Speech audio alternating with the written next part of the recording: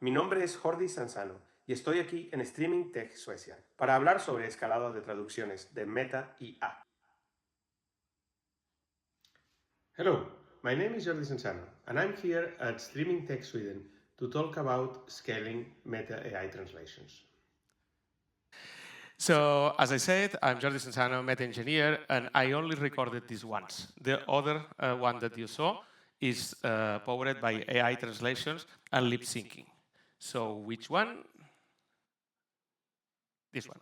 I recorded it in English and I automatically translated and lip sync that content to Spanish. So first of all, I want to acknowledge and thank the team. This has been a huge effort across lots of teams in Meta. And I want to especially thank Amisha and Sravan, two of my colleagues that helped me prepare this presentation. So let's go into details. So first of all, I want to break down a very quick introduction about AI, media and AI. So there is different, we can break down that relation, I would say, in three buckets. There is models that inspects media. So you provide an image or video, and then they can give you some understanding of what is happening there. You can also provide some audio, and perhaps they can give you a transcription. So media in, data out. There are others that generate media. You can provide a prompt, and they can probably generate, or they can generate an image or even a video. And there are others that modifies the media.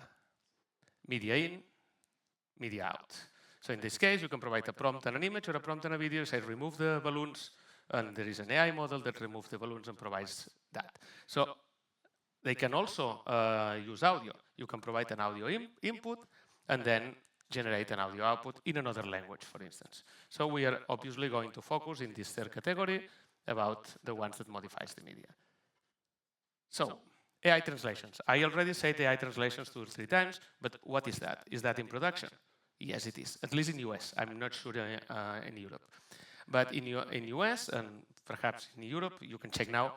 You can go to your Instagram or Facebook. The feature is available in both products, and do that. Just click on the post, create a post, select a video of your camera roll. Hello, my name is Jordi Cenzano and I'm here. Just click next. You will see, if it's enabled here, you will see the translate voice. Include lip syncing, yes. This was in English, so I'm going to translate to Spanish. There is only English and Spanish available right now. And that's it.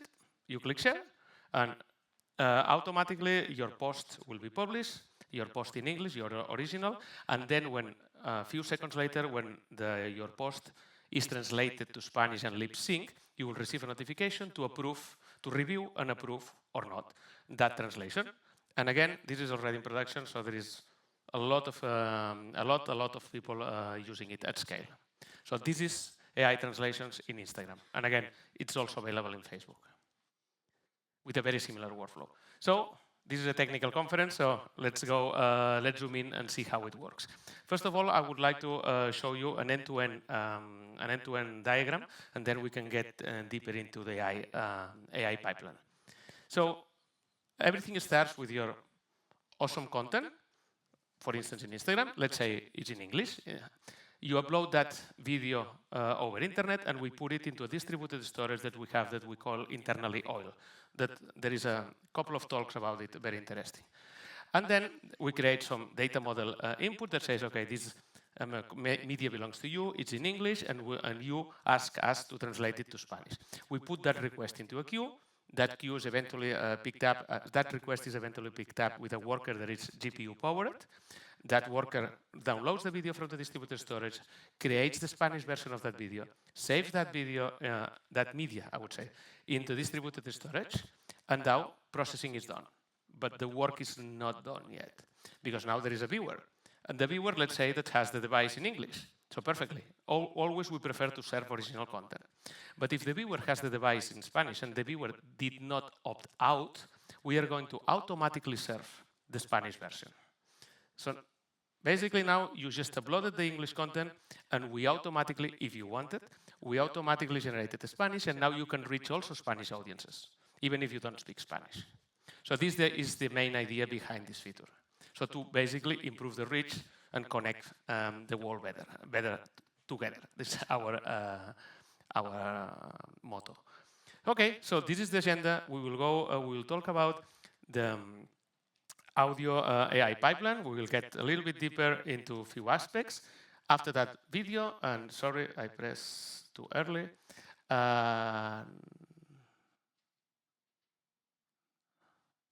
Okay, and then some production challenges, and finally, what's next. Now, yes, so processing. So the translation. So the translation is the most important, is the core functionality of the system. For that, we use our seamless model. So this it's a model, it's a translation model that it's open source. So here you have the link, and is able to translate from one language to another. This is obviously the core of the system. But it seems that now the work is done. So I finished the talk, and that's it.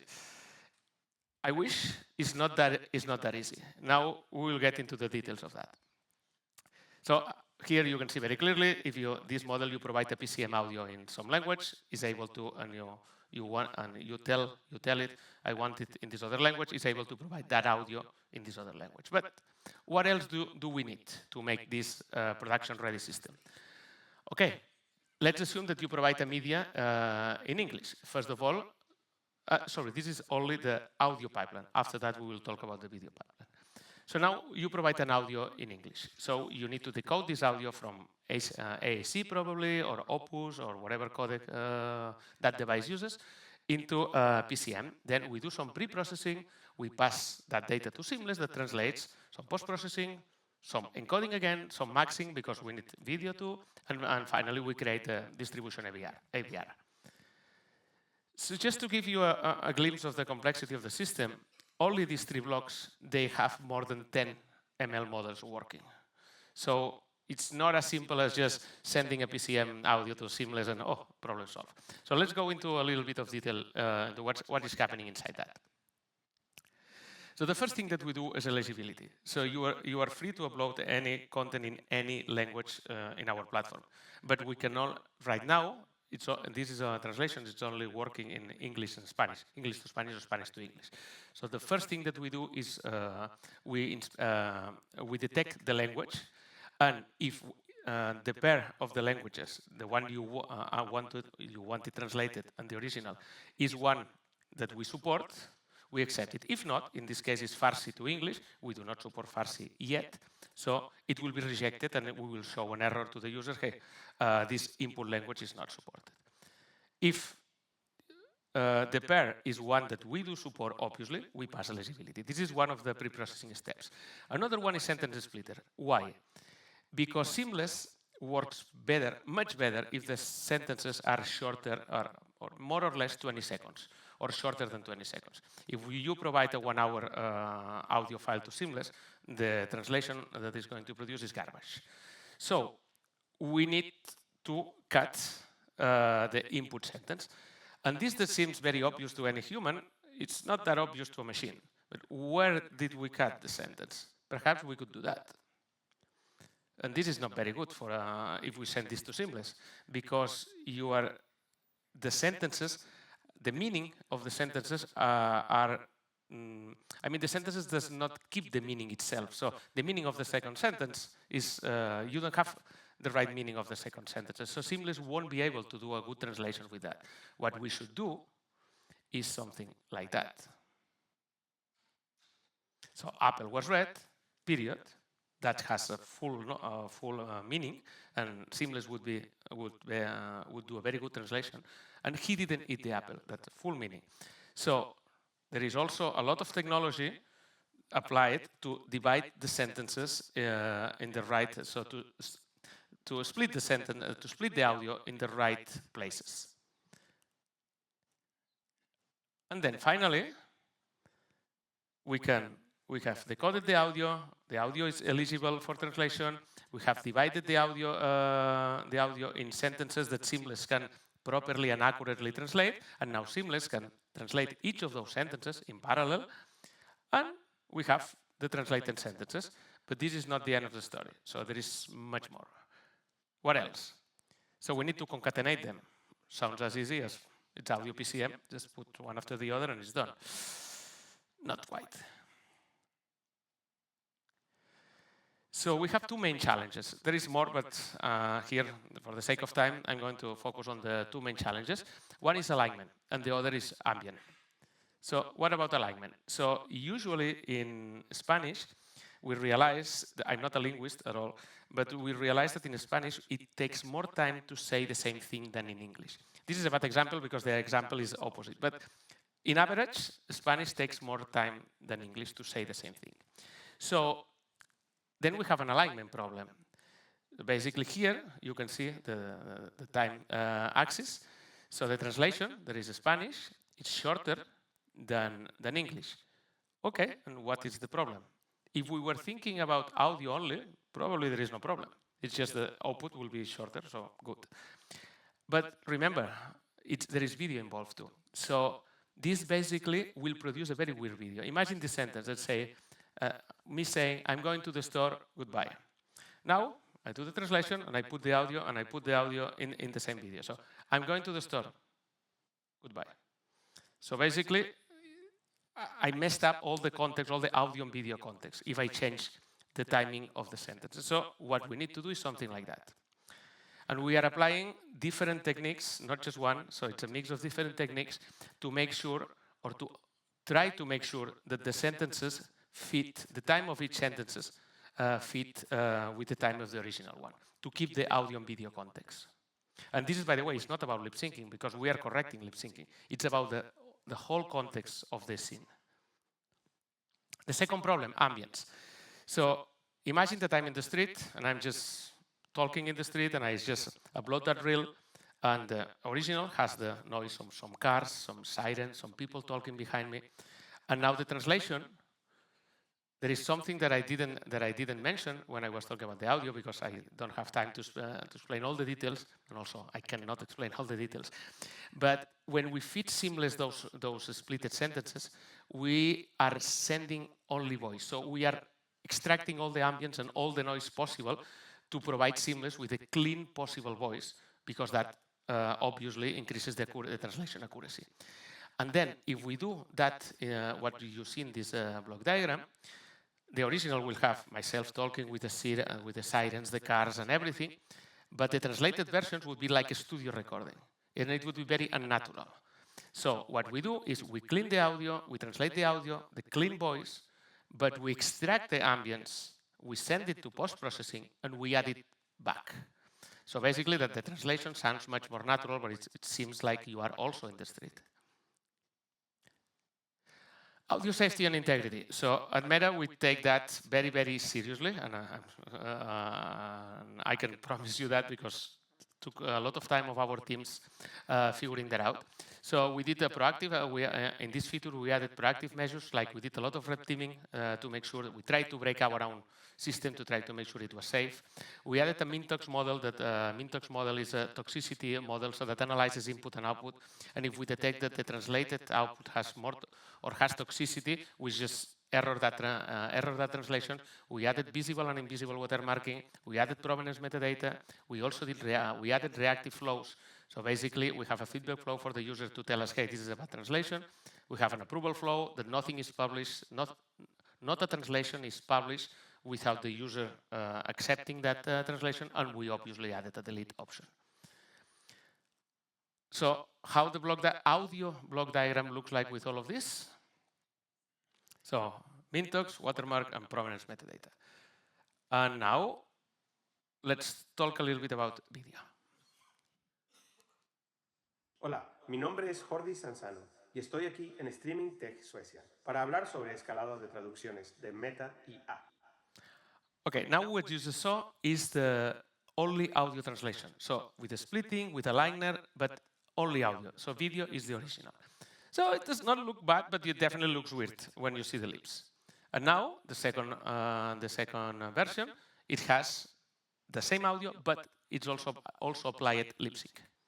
Hola, mi nombre es Jordi Cenzano y estoy aquí en Streaming Tech Suecia para hablar sobre escalado de traducciones de Meta IA. It's not perfect yet, but I think it's better. I do think it's much better. Okay, what is the pipeline? How do we do that? So obviously it's a multimodal experience now. We need to take audio and video into account, as I already mentioned before when I was talking about the context. It's not as easy as just process video, because now we have, it's not just a multi-track audio. Now we have a multi-track video, and that track has metadata of every language. So we needed to basically change or modify our delivery stack to pipe that data to the player, because we also need to know the player language in order to deliver the proper variant. We call that multivariant media. And as I said, we needed also to modify the player. Just some metadata.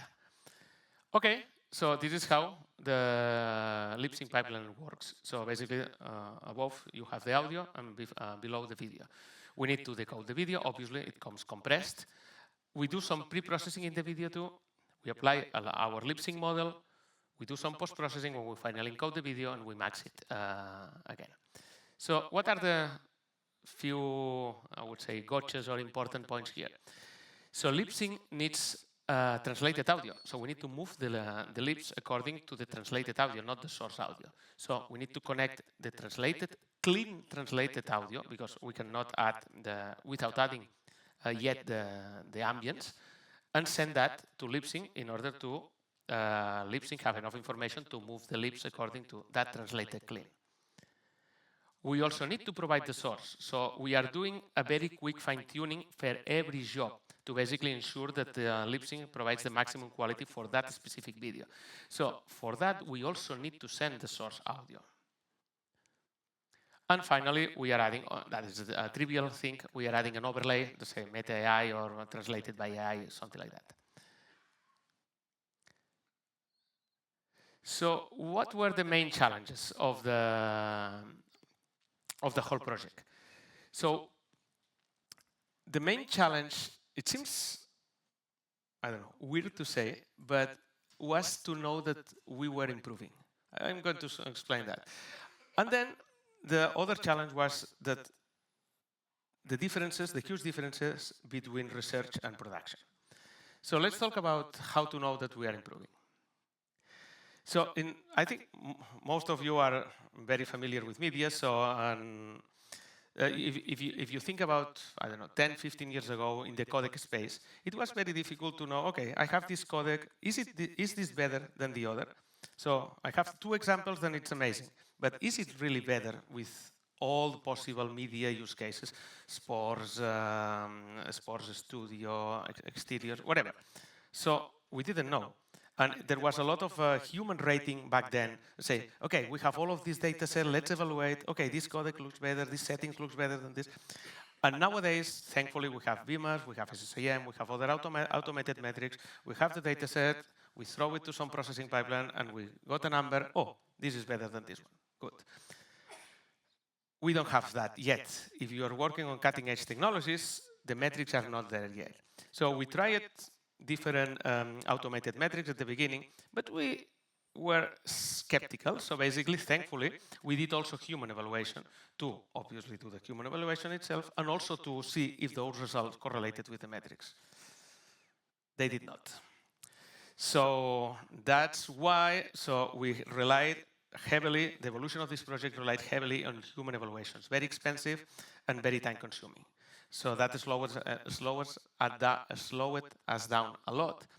But we use that human, we are still using those human subjective ratings to improve the product, but also improve the metrics. So hoping that someday we will get to the point that we are today in the encoding industry, that we have some trustable metrics that we can rely on automated evaluations. And also, another learning from this project is also that this is not the only way to evolve. This is great for incremental changes. But if you want to do a step change in your quality, you also need to rely on senior matter experts that set you the direction, that say, hey, this is what we need to do to get to this step change. And the other one is model to production. So ML engineers are amazing. They produce these magical things. But they work on their environments with very small data, usually with very small data sets. So that means that those environments is uncompressed media, if you are familiar with audio priming, it's something that you need to take very into account when you go to when you do audio and video lip syncing. So basically, there is no audio priming problem because they work on PCMs. They have infinite network in their clusters. So, and they produce, as I say, these magical things. But when we try to move that to production, there is no such thing as infinite network. There is audio priming, there is coding artifacts, there is a lot. Every device produces a different flavor of media, so of encoded media, the packager, so all of this needs to be taken into account. And turns out that moving from this research model that does amazing things with these few assets to a production-ready model that you can throw any media file and produces a good or acceptable result is a big leap.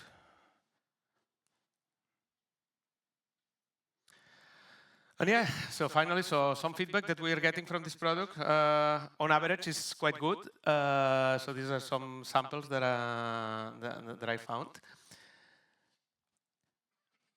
And data. Sorry, I cannot share data about this product, but I can tell you there's some obvious thing that it basically increases the impressions of your content. That's quite obvious because now, let's say that I am only speaking English, so basically I upload my content in English, so it's served to an English audience. But right now, just clicking a button without doing anything else, with zero production cost for me, I can also reach Spanish audiences. So it's quite obvious that leveraging this feature, I can get more impressions for my content. So I cannot share specific numbers, but yes, definitely this increases. Impressions increase. Next steps. So in the better system, from better system point of view, so we want to platformize this. We built this project with an idea that provides a media platform to basically be able to develop really fast media AI experiences.